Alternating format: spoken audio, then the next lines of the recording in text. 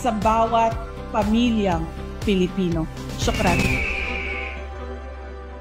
Sir, isa din po sa ladatnan niyo doon ay yung committee report po ng House on the confidential funds si Vice President Sara. Marahil, andyan na yan eh. Actually, nandyan na naman sa Ombudsman ang mga report na yan. At bubuklatin natin. Pag-aaralan at tatanungin natin yung mga may hawak doon ngayon.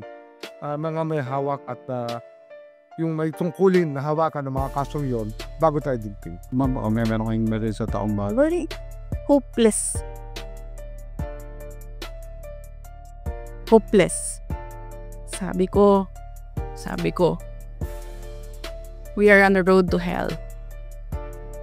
This country will go nowhere. I'm telling you. Walang papupuntahan itong bayan na ito. Wala silang ginagawa. Galing ako sa loob. Naging cabinet member ako. Wala silang ginagawa. Sa totoo lang. And personal knowledge ko yan. Kasi I was there. I sat there. I listened. Rinig ko. Lahat. Wala nang papupuntahan ito. Sabi ko nga sa inyong lahat, BBM, Lisa, Martin Romualdez, o kung sino pa man yan dyan, gusto humabol sa akin, God me to hell.